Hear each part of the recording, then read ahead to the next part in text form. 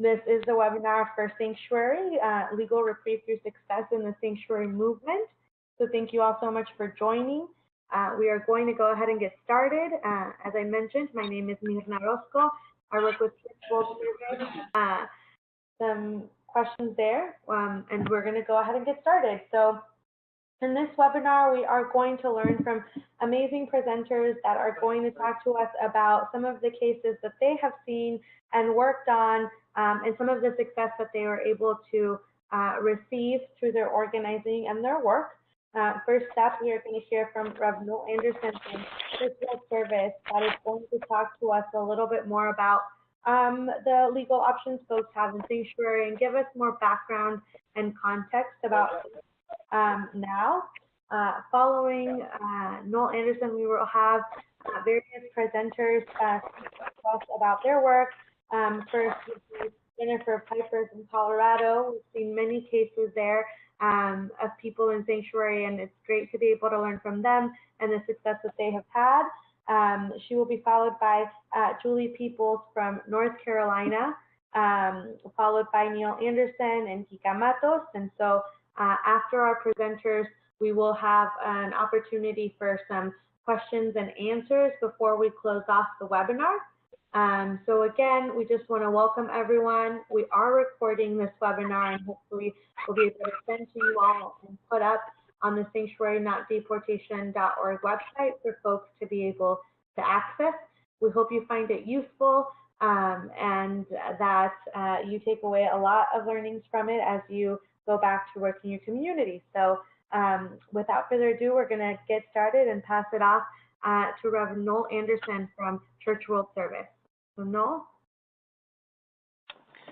Great. Thanks so much, Mirna. Thank you so much for all the leadership that you've shown in the sanctuary movement. I know I did see one or two chats that people might be having trouble with the sound, and if for some reason you are having trouble with the computer audio, I would suggest dialing in by phone. That's a bit better connection, and you should have those in the email that was sent out. So the sanctuary movement, has a long history, which we won't go into, an ancient history really of trying to create safe refuge for people who are being treated unjustly by the law. But just to go back a little bit in history, you all know about the 1980s sanctuary movement, which saw thousands of people coming through, fleeing the Central American War. Our government, of course, wasn't recognizing them as refugees, partially because the U.S. government was helping fund those wars and those death squads and the helping train people about how to do the torture and whatnot. So it wasn't in their political interest to recognize Central Americans fleeing civil war as refugees.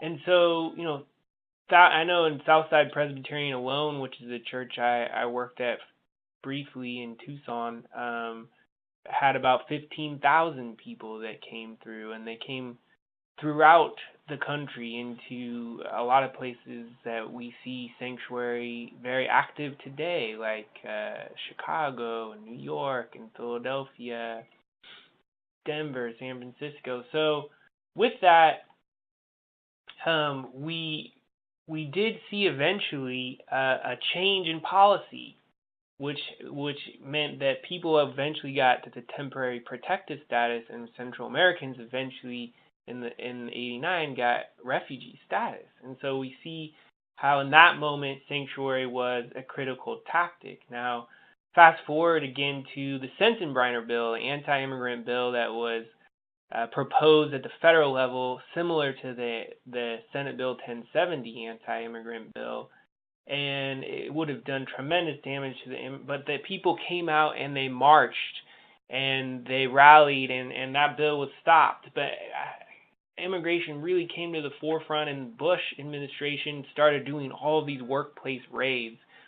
And so the faith community came back together and said, there's a need again now. We see this for the sanctuary movement to revive itself. But this time we're not actually bringing people across and helping funnel people and helping escape war. We're actually trying to keep people in their homes, trying to keep people with their families. And so the model of someone fighting their deportation order and staying in a congregation came more as a central model in 2007 to 2010. There's a dozen cases or so, and we believe that was also influential, as well as many other immigrants' rights advocates, in pressing the Obama administration in 2011 to create a policy around prosecutorial discretion. Now, prosecutorial discretion, all law enforcement agencies have. And essentially it's saying, well, the prosecutor can decide whether or not to charge someone. In this case, ICE can decide whether or not they should enforce a removal order or not.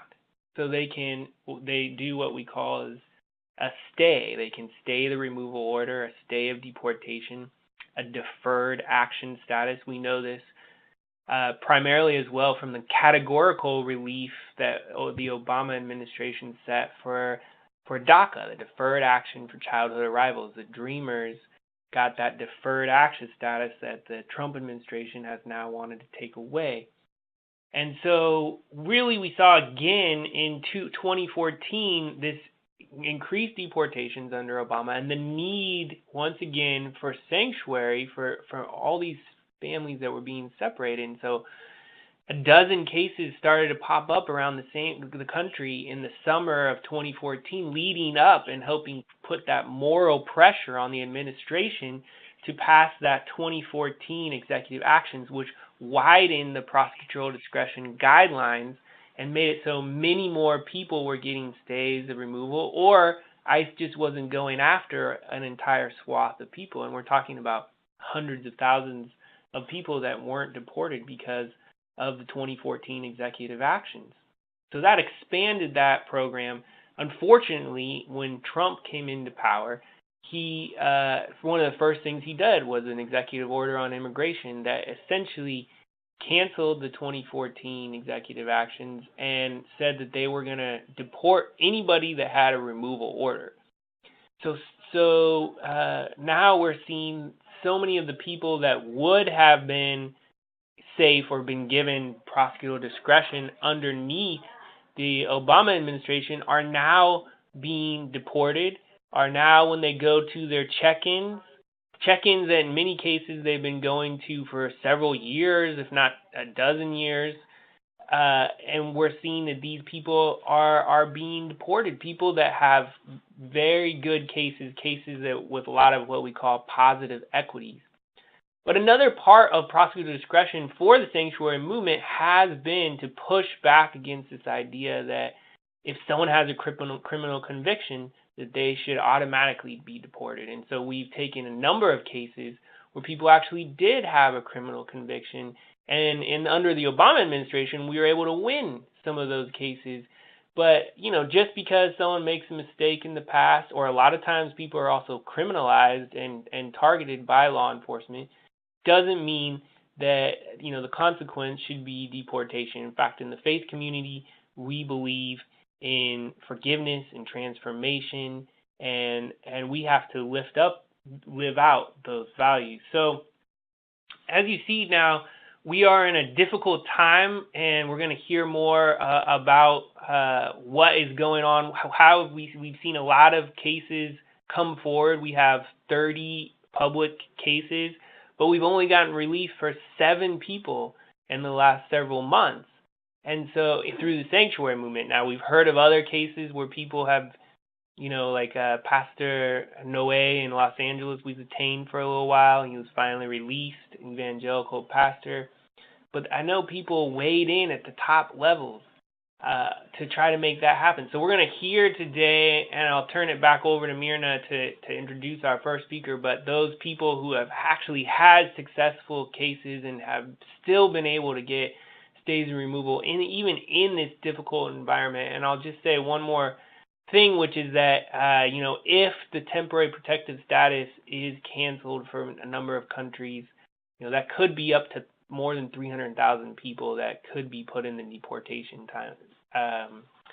pipeline. And, we believe we can get DREAM Act, but if we don't get it in the timeline that we need it, we're going to see again and again the rise of people who are going to be in need of sanctuary. So this conversation is very important right now. Thank you so much, Noel. So our first speaker is Jennifer Piper from Denver, Colorado. So Jennifer? Can you all hear me? Yes. Okay. So my name is Jennifer Piper. I work for the American Friends Service Committee. I'm the interfaith organizer for immigrant rights here in Colorado, and this is my 9th year working with AFSC. And the last 4 years I've been working on sanctuary as part of my job and coordinating the Metro Denver Sanctuary Coalition, which was co-founded by Jeanette Vizquera, Reverend Ann Dunlap, and with support from me and many other folks. So we have had experience now both in the Obama administration and under Trump. I think we have had a couple of successes that have some limits on them, and I'm going to talk about those in a second.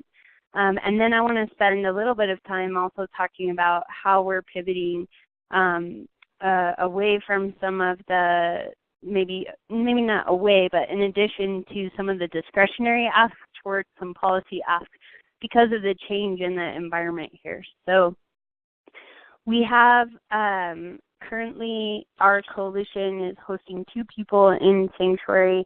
There are 3 other folks in public sanctuary around the state of Colorado right now. We had a caravan last weekend to try and coordinate our efforts and better be able to tell a common story and make some common demands together. And that was a super transformative and really meaningful event for us. And I think if people in other parts of the country know other people who are doing sanctuary in their state, it was well worth the time and effort to do it.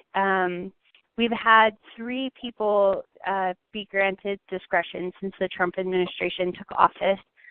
Jeanette Vizquera and Arturo Hernandez Garcia both were able to be granted stays through what's called a private bill. So that's when a member of Congress introduces a bill that would just legalize that one individual. And there used to be a gentleman's agreement between the Department of Homeland Security and the Senate that when a senator introduced a private bill, that would result in an automatic 2-year stay so that the person could pursue that bill and see if they could find relief through it. Right after they granted Arturo and Jeanette and 31 other people these stays as a result of private bills, the Department of Homeland Security rescinded that sort of agreement and said that they would no longer automatically grant people a stay of deportation based on a private bill, that it would only happen if the chair of that committee, Cornyn, would personally ask for the stay. And that is a really high ask, but it's something that we could organize nationally around pressuring that senator to sign off on stays. But the stay will only be for 6 months. So there might be a strategic reason for us to pressure and to meet with the senator of that subcommittee and to talk with him about signing off on these stays of deportation in a way to make a point and to pressure and to open more space for people. But the reality is, on the practical individual case level, that would only result in a 6-month stay. The other person we had success, and again, limited and short-term success with, is Ingrid Encalada La Torre, who was trying to reopen her original criminal case to have the charges changed. And where we have had success on the ground in Colorado is where we've been able to show that people have some kind of valid legal option that they can still pursue through the courts, or a proactive application that's short-term that's about to come through. So say their parents applied for them 20 years ago and their number is going to come up in the next 3 months. That's an instance where we've gotten a stay from the local field office. In Ingrid's case, we were able to say she's going to go to these court dates and that case should close by early September. And so in May, they granted her a stay, allowing her to leave sanctuary while she fought that court battle. Unfortunately, we didn't win in court, and she's now back in sanctuary. And that sort of leads me to my next point, which is I think there are cases where we can be successful in short-term stays and relief for people. And I think we also need to recognize the new political reality that we're living under, that we're kind of back to a similar space and time to where we were in 2007 to 2009 when there was no discretion under Bush and Obama and people were spending longer periods of time in sanctuary, or looking back to the 80s where Noel mentioned, the work that was going on then and the focus on policy change. So about half the people in Colorado, their only legal option is to get a stay of deportation or have their case closed by ICE, which ICE has the power to do. They can say, we're no longer pursuing deportation against you. They also have the power to grant deferred action on an individual basis, which a few of the folks from the 2007 to 2009 period were able to do. So it's just like DACA, only one by one. And the agency still has the discretionary power to do that, although they're being directed not to. And so part of what we talked about in our caravan was really refocusing on stronger discretionary asks to open the field of play and to reopen the policy debates back up towards what we want, but to also look at what policy needs to change in an individual's case, what law needs to change. So for Ingrid, we passed a bunch of laws in 1996 recriminalizing people who had already served their time or had already paid their dues and tying that to whether they could get immigration relief or not. So if we repealed those laws, she could go back to court tomorrow and get her status reopened. If we eliminated the family backlog, 3 of our sanctuary folks in Colorado would be approved tomorrow. They've had applications pending forever, and they could go on to residency and citizenship. One of our members' husbands has temporary protected status. If he could get on a path to residency, he could apply for Araceli and she could leave sanctuary. So to really start showing the public that there are concrete, easily fixable policies and presenting the solutions, because I think we've made a really strong case that the system is broken. And I think that the people in our communities who recognize that are really hungry to know what are the solutions and to not feel overwhelmed by just this huge idea of immigration reform, but to hear practically and in terms of people's lives what that means.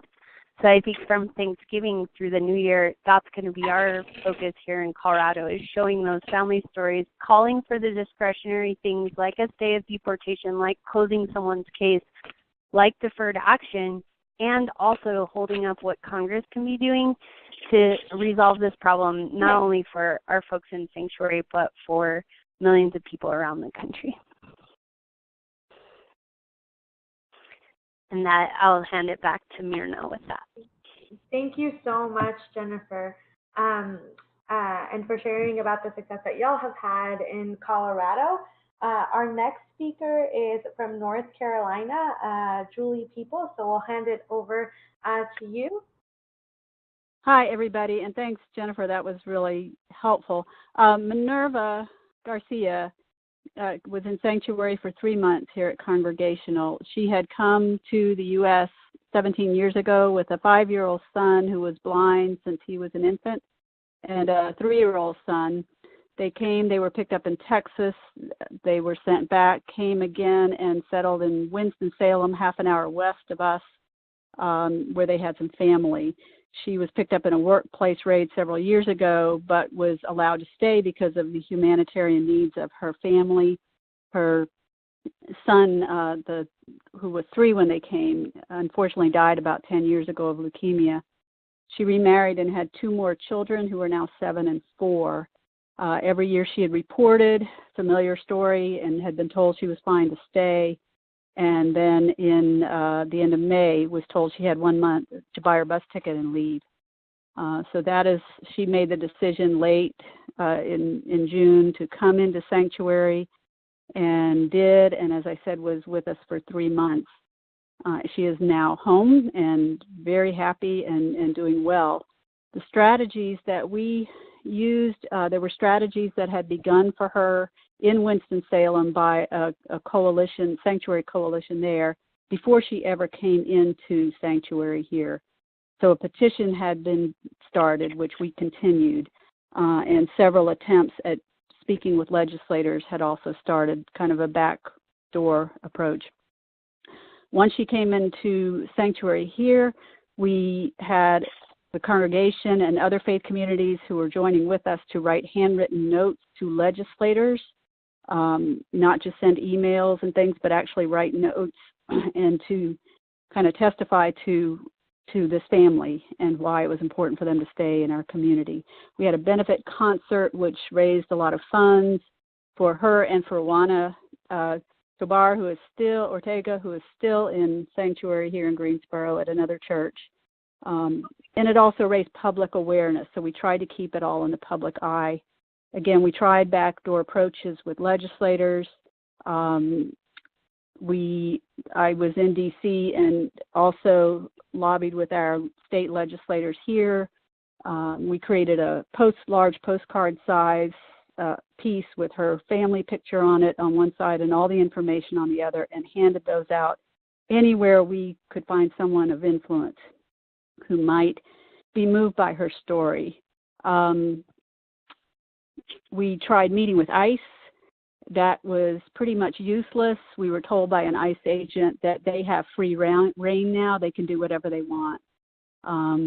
So we found nothing hopeful there. Her petition, we ended up with about 15,000 names on her petition. We had been told that would be helpful. We kept using media, local and national media, to get her story out. We were starting to work on private bill. Her attorney did not want any confrontational tactics until her case could be played out in court. We had an outstanding attorney who kept filing petitions, and ultimately it was the Texas judge, it was an immigration judge in Texas, who received the petition. Homeland Security they had 30 days to respond. They did not respond. That gave this judge leeway to reopen the case, which she did, and she actually vacated the order. So Minerva does not have a stay. The order was struck down. She can still be picked up by ICE at any time. They could reopen the case. She is working on her citizenship, but we're hoping and praying that they will not pursue her again. So what we've learned from this, we don't know specifically what caused this judge to take this action. But we learned that a good match between faith community and person or family, we have Minerva and her 2 youngest boys with us. A good match is essential. An outstanding attorney is essential. One, preferably who's experienced in Sanctuary, because there are all sorts of different immigration attorneys, and some have no experience whatsoever that's helpful with this. So be careful what attorney you're working with. We do think petitions and media were good. It's important to work on a lot of public support early, even before someone comes into Sanctuary. Get as many interfaith clergy as you can to be willing to publicly advocate, in addition to just providing some volunteers. Work on every level of elected official. We were working on, and in North Carolina, that is not easy. But we were working on any elected officials at any level that we could get to agree to publicly support. And finally, I want to agree with Jennifer in particular in that it's important, if you have more than one person in Sanctuary in an area, coordinate and cooperate together, because what can happen is, because the cases are different, the strategies can be different. And before you know it, you can be working at odds with each other, and that really just becomes harmful to the people in Sanctuary. So it's important, if you're not the only church, faith community offering Sanctuary, that you work with others who are, so that you all are on the same page and you know what you're doing. The coordinated effort is essential. And I'll stop there. Thank you so much. Our next presenter is from Nevada, and that would be Reverend Neil Anderson. So if you are on, could you please making sure you're... Good afternoon. Thank you. You can hear me now? Yes, we can. Thank you. Awesome. So the story that I can tell you today starts when I was serving the Unitarian Universalist Fellowship of Northern Nevada in Reno, and after a sabbatical trip with a border organization in Tucson, and meeting with folks at Southside Presbyterian, and meeting with Rosa Robledo, who was in Sanctuary at the time. The congregation that I served was inspired to consider what it might mean to declare ourselves as a sanctuary congregation and prepare to have somebody in physical sanctuary.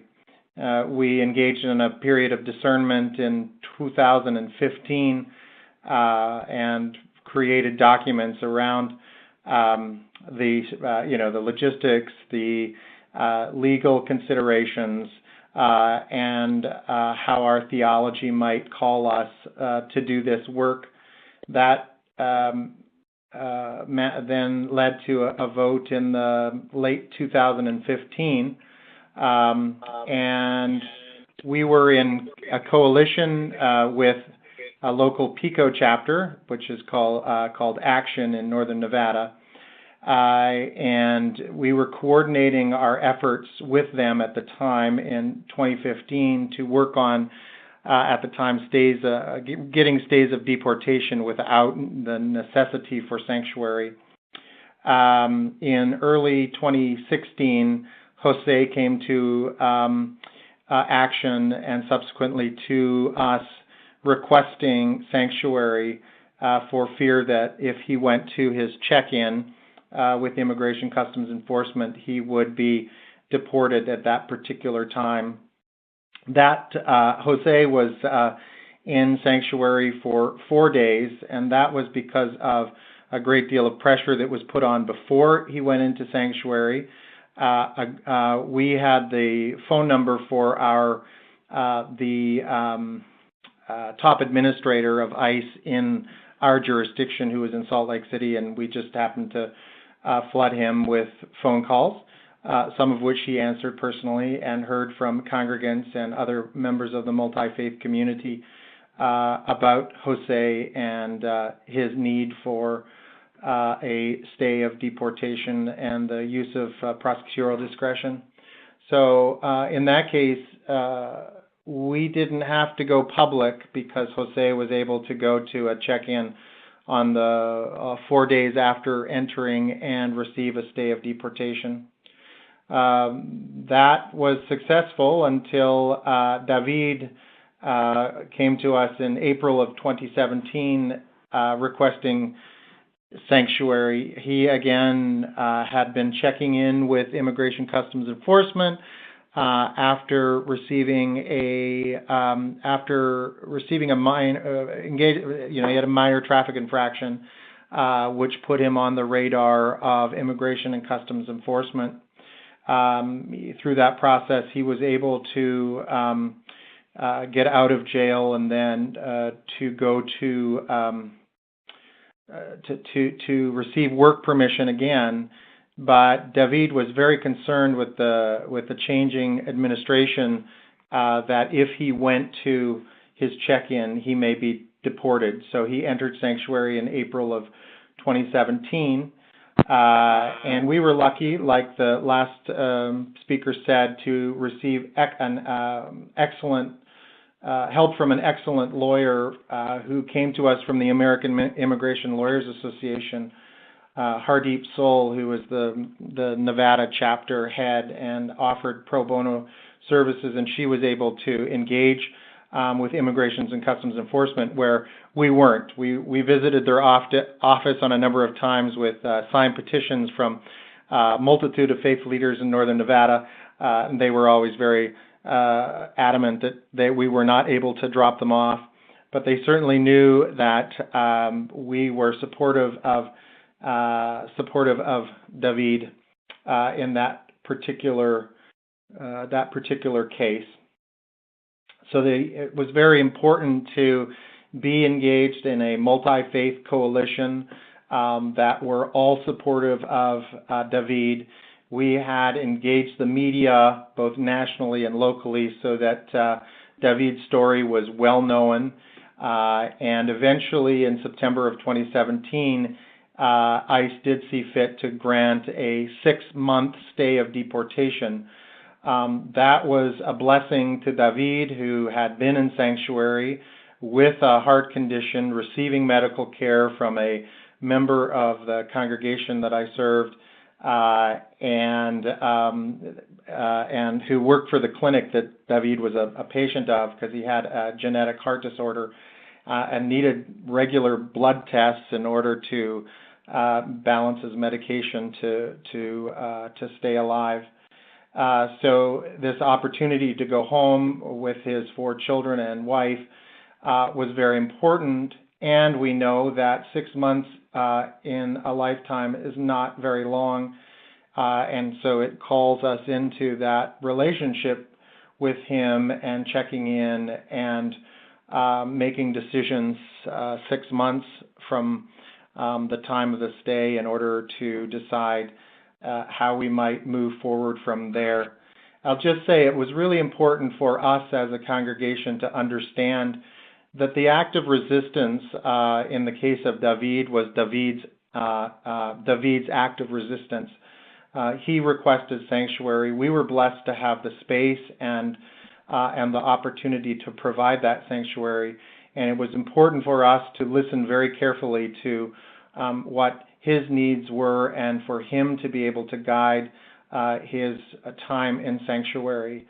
So I would recommend that folks who are preparing to do that, if you haven't yet, listen to Jennifer Vasquera's interview on a podcast called Code Switch, where she really talks wonderfully about the agency which sanctuary participants have, and it's important for congregations like my own to keep that in mind. Thank you so much, Reverend Anderson. Our last and final speaker is Akika Matos, and she's going to share about her experience organizing as well and the success in their sanctuary case. So, Akika? Thank you, Mirna. Can you hear me okay? Yes, we can.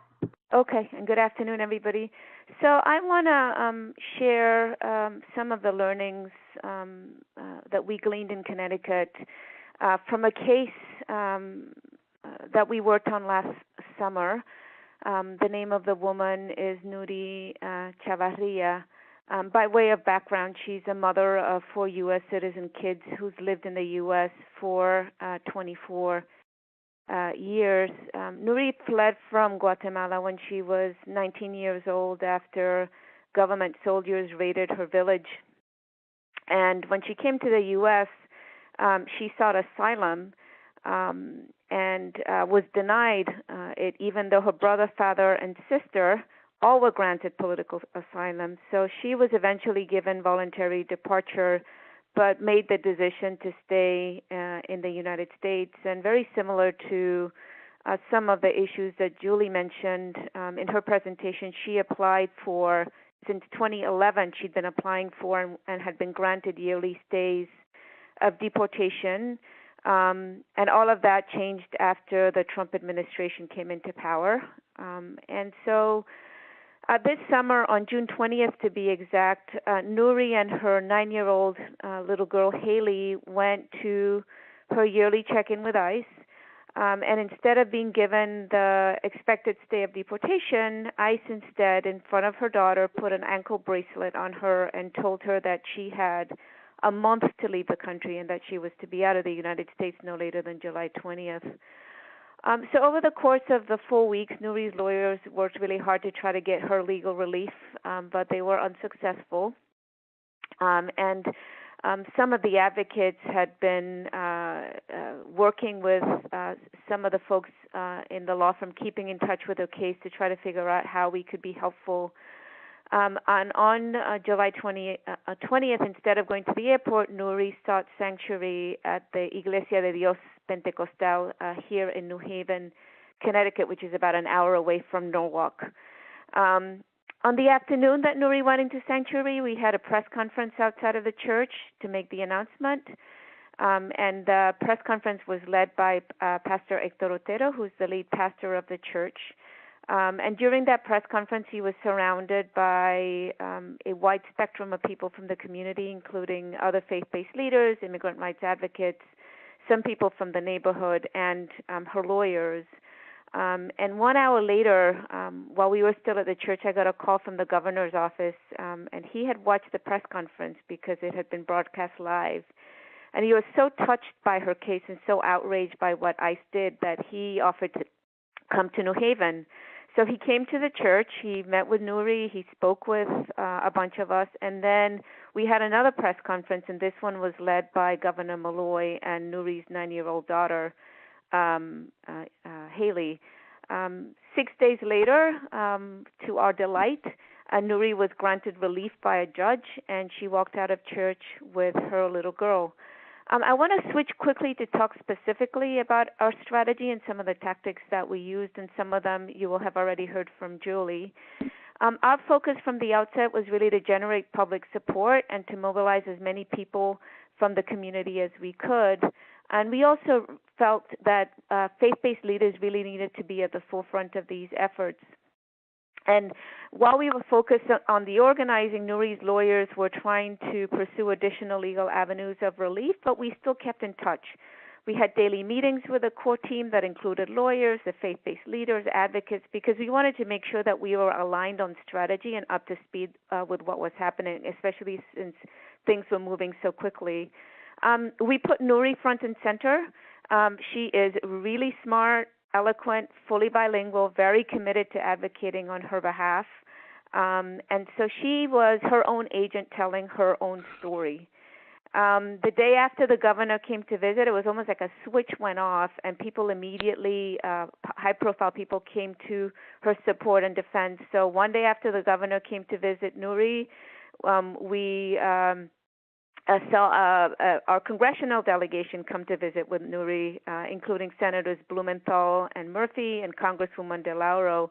And there was just a ton of press outside of the church. So after they visited with her, they held an impromptu press conference, and they really went after ICE. And Senator Blumenthal at that point did start pursuing a private bill. The church that hosted Nouri is a Pentecostal church, and there was a gentleman by the name of Abraham Hernandez who works for the National Hispanic Leadership Conference, and he did just a phenomenal job of organizing Pentecostal leaders at the state and national level. And unlike us, they have contacts with the Trump administration, so they started agitating at the national level. Local elected officials stepped up in really public ways, and our mayor in New Haven, Mayor Harp, and the Norwalk mayor, Mayor Reiling, also just stepped up in very public ways, and not just advocated on Nouri's behalf, but Mayor Reiling of Norwalk also lent assistance to make sure that there was support for her family. Volunteers started a GoFundMe account, and I think one of the most touching things for me, because my house is next to the church, is that community residents were stopping by on a regular basis to drop off donations, flowers and cards and toys for Nouri. We had a vigil the Sunday after she was brought to sanctuary, and we'd heard that the band Las Cafeteras was in town performing. So just out of the blue, a colleague of mine, Ana Maria Rivera, texted them and said, "Hey, would you come and perform?" And they did. So the vigil turned into a big dance party, which was really awesome. And then I would say the last thing is we really wanted to make sure that we kept the momentum up. So the week after the vigil, we planned a procession around the church. This was on Wednesday, July 26th, and this was led by faith-based leaders. And the idea was to form a spiritual circle around the church. And the vigil was scheduled for 5:30, and at noon I got a call from the lawyer saying you need to come to the church immediately. And when I got there, there were just a lot of tears of joy because we had learned that the judge had granted Nuri a stay. So instead of canceling the procession, we had an impromptu press conference, and we ended up having a joyful march, and there were hundreds of people there. Lessons learned, and I'll quickly go through them because I'm running out of time. The first thing is that organizing really matters, and we really focused on our organizing efforts from the get-go. The second thing I would say is that the role of faith-based leaders is really critical, and there's no doubt in my mind that part of the reason we were so successful in generating the kind of support that we had around this case was because all of these really highly respected leaders, Rabbi Brockman, Pastor Fleck, Pastor Otero, really stepped up in very public ways to lend support. The third thing is that the framing and telling of Nuri's stories, I think, changed and moved hearts and minds. So it's important to think about telling the story and telling the narrative. And her little girl was just really phenomenal. The fourth thing I would say is that leadership matters. And the fact that we were able to successfully get so many public officials to root for Nuri, I think was also critical. Support for Nuri herself was also central to her. There was a lot going on, and as you can imagine, it was a very emotional roller coaster ride. And we paid attention to Nuri and to Nuri's needs. And the congregants of the church were just really outstanding in terms of the support they gave her. And last but not least, I agree with Julie, lawyers can be incredibly challenging. The lawyer that we worked with at the very outset was not really understanding of our efforts and hostile, but he came around within 48 hours and ended up being a real joy to work with, but it took a little bit of doing, and I'll stop there. Thank you so much, Kika. And thank you to all of the presenters for sharing the cases and some of the work that they've done and some of the lessons with us so that we are able to take some of those into account when we are working for and with folks in our own communities. We do want to open up the time for questions that folks might have for any of the presenters or Noel on any of what they've shared with us today. So you're able to ask questions on the chat, or if you are unmuted, if you want to go ahead and state your question as well. We want to make sure that we give an opportunity for a little bit of conversation for folks that want or have questions for some of the presenters. And I'm going to go ahead and start with one that we had on the chat for those who might not have seen it. Somebody asked about the name of the judge in Texas, and so Julie shared the name of the judge was Adelia Gonzalez in Texas. That was one of the questions from one of the presentations. So we're going to go ahead and take some more. So if folks want to go ahead, we have another question coming in already, and this is for Neil, Reverend Neil. Could you explain more about the organizing that put the right pressure on the local ICE office to grant David a stay? So the first step that we took in terms of the local Immigration Customs Enforcement Office is we had already established, I would say, a relationship. Probably not in the positive sense, but Immigration and Customs Enforcement knew who we were and the work that we were doing, both as a congregation as in a coalition with Action, because of our work with Jose. And so we began collecting large numbers of letters of support, both from the congregants who attended church with David at Little Flower in Reno, and also from faith leaders throughout northern Nevada. and had a vigil outside of their office that included a number of press outlets to do that. Subsequent to that, we were making regular phone calls to the numbers that we had found for officers in that office as well as in other offices. So we weren't shy about calling and leaving messages to let them know of the deep support that David had in the community. And then David's lawyer, was also engaged and decided that it would work if she would go and intervene and talk. And it seemed like they would, David had provided permissions necessary for her to go and talk to the ICE officer that was working on his particular case. So through those negotiations, that was an important engagement as well. And I think through her work and talking one-to-one, that was where the stay of deportation manifested. Thank you so much for the question and for that answer. We have another one that's come in through the chat, so I'll go ahead and take that question, and then I'm going to go ahead and unmute for folks that want to ask questions on the phone. So the next question is, do we have a sense of what proportion of the sanctuary efforts have been successful since Trump took office? And I'm going to go ahead and pass that over to Noel from CWS. Well, I'm not much of a mathematician myself, but we've estimated. I think we have the actual numbers, Myrna, but I think we've had about 26 cases or so far since the election, or more, perhaps. And we've only been able to get some sort of legal reprieve for about 7 people. Now, I do want to say, though, that one of the things that I've heard, from the field, from people who are taking folk in, from people who have been in sanctuary, is that sanctuary isn't only about winning a stay of removal or winning legal reprieve. That's part of it.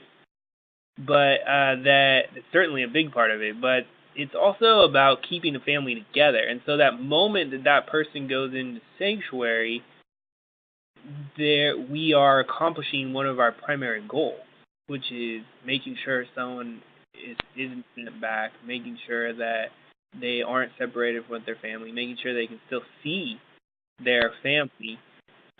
So that is immeasurable, I would say. The other aspect to it is that, we are creating an opportunity for a narrative shift, for public education, for really making sure that those great, brave immigrant leaders actually have a platform, a moral platform, really, in which to tell their story and stand up for their own rights. And so those are all, I think, a big part of what we're trying to do. And ultimately, we aren't the decision makers. The lawyers aren't the decision makers whether someone goes into sanctuary or not. The family and the person who is trying to stay with their family is the person who makes that decision, right? So just a few thoughts about, yes, we would love those numbers to be higher, a higher percentage, right? It's not a very high percentage, but that is what the reality is in the face of this administration's policies. Thank you so much, Noel. And I do want to know, just on the numbers, that, as we mentioned earlier, there are currently 31 people publicly in sanctuary. There are more folks out there, but that's been one of the highest numbers that we've had in recent years, with plus the 7 that have received relief from deportation. So that we know the movement is growing, and more people are seeing sanctuary as an option. So wanting to keep that in mind, I'm going to go ahead and open up the phone line as well, and then take more questions from the chat. So Folks should start being muted in a little bit, starting like now.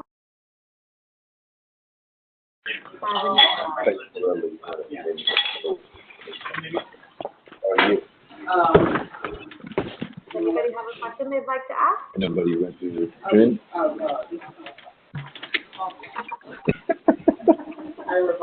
Hello? Hello? Hi. I'm not sure if this is, okay. My name is Reverend Mariama. I'm calling from Boston. My church currently has a guest in sanctuary.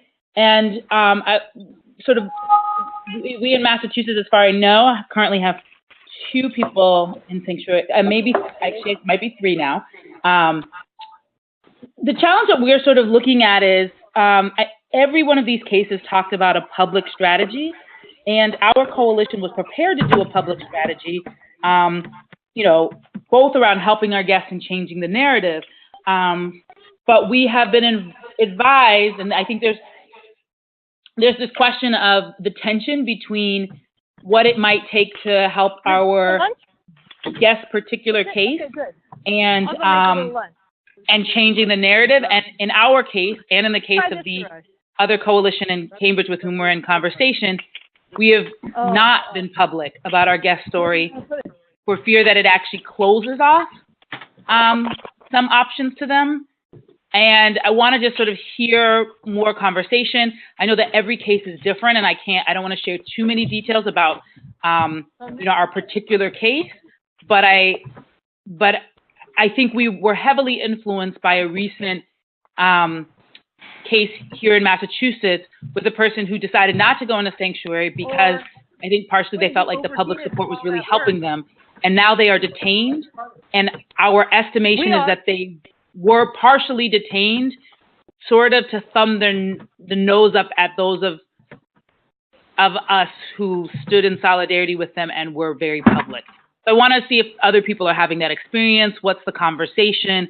Because we could have been more public. We're prepared to, and now have not, based on strategy and advice.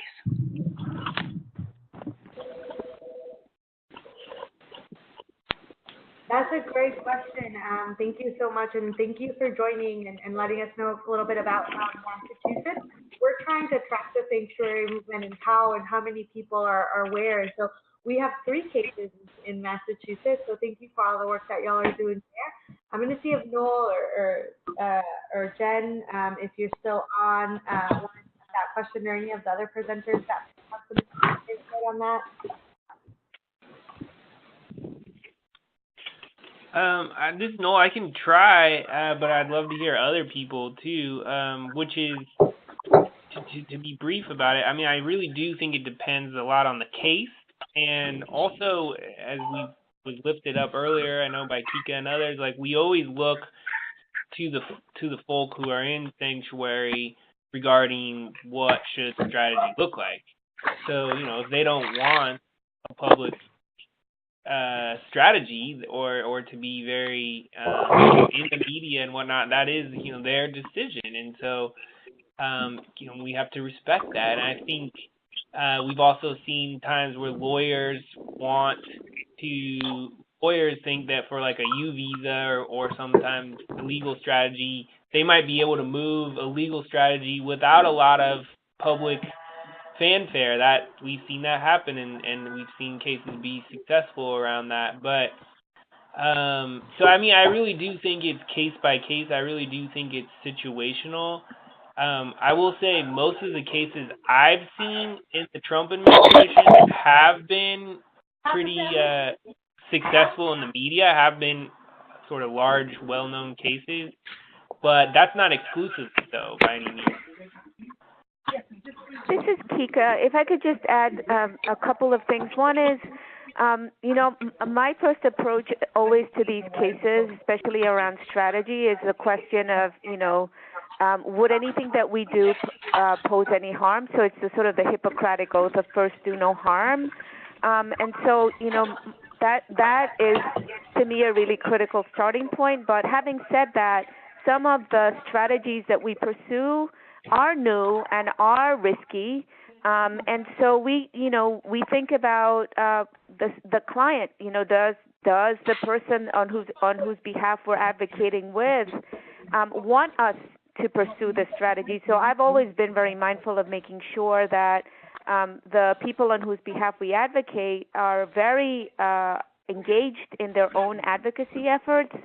And I also think, that there is will always be, and let me just call it out, I'm a recovering lawyer, so I can say it, lawyers are by nature really conservative, and they can be quite anal retentive about controlling their client because they want the best outcomes, and lawyers are not always up to speed on the organizing, nor do they always respect organizers. So I have been in situations where there's just a lot of tension between lawyers and organizers, which is why I think it's critical to have those conversations where you bring everybody in the room and you hash things out. But if there is a particular, I agree with Noel, if there's a tactical reason why it doesn't make sense to move forward with a public strategy because it would be adversarial to your client, that's understandable. If there's not, then I would challenge a really vigorous conversation about what's the best strategy to push forward on behalf of the person you're advocating for.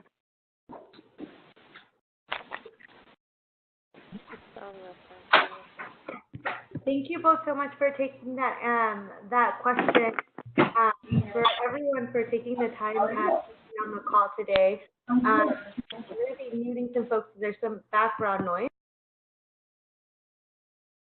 We wanted to say thank you again so much for joining the call. It is about 2 minutes out, and there's a couple of more questions on the chat. But I do want to let folks know, and hopefully y'all are all seeing this on your screen now. And apologies for that earlier. But if you do have any other questions, you're more than welcome to send them my way. Mirna Orozco at morozco@cwsglobal.org. We will be posting a recording of this webinar at sanctuarynotdeportation.org as well. And there's a lot of other resources online for you all in terms of sanctuary, some toolkits, some discernment guides if you're a congregation that's still trying to do that. And I can definitely pass on some questions that you might have for folks that we're presenting specifically. If you have a question for them, I want to thank all of our wonderful speakers for sharing their knowledge with us. And I'm going to go ahead and just ask one more question before we leave for Noel, that since you have a little bit more of that scope of what's been happening, but this is from Sarah Nash. If you could speak a little bit more to the ways in which people are currently being picked up and detained and how much that impacts the feasibility of entering sanctuary for people. Well, I mean, that's a large question. I want to speak to it more in what we're seeing, because there's a large range of how raids and door knockings and whatnot are happening. Really, what we're seeing most right now in the sanctuary movement is people, what we call silent raids, check-ins. So, ICE will tell them at their next check-in they're going to need to come with a plane ticket. And so people are, it's very clear that they're not going to continue to get this stay like they had underneath the Obama administration. And so, they have that decision then to make. Do they go? What do they do? Do they move? Do they, sanctuary is one of those options of a possibility. And in some regards, it does essentially just buy some more legal time in which to see what you can do to be able to stay. And sometimes there's something we can do. Sometimes it takes a year or something, but it's definitely worth the fight. And I don't know, Kika, you're hearing a lot from the field, so you probably have some thoughts about what you're seeing in terms of sanctuary and how people are being threatened with deportation.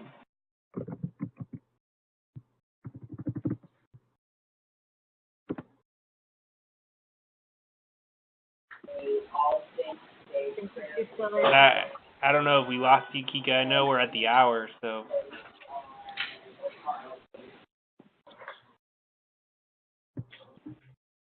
I think we might have. But thank you so much for answering that, Noel. Yeah, sure.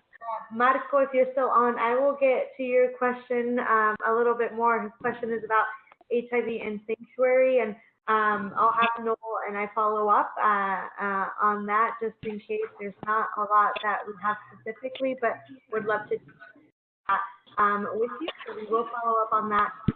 Thank you everyone so much for joining. I will be sending an email when the webinar is up for you all to be able to access. Again, if you have any questions, please feel free to send us an email. Thank you all so much for joining. Hope this webinar was useful. We do want to provide more opportunities to learn from folks, and we will continue to send emails about those, so stay tuned. But thank you all so much for joining. Have a great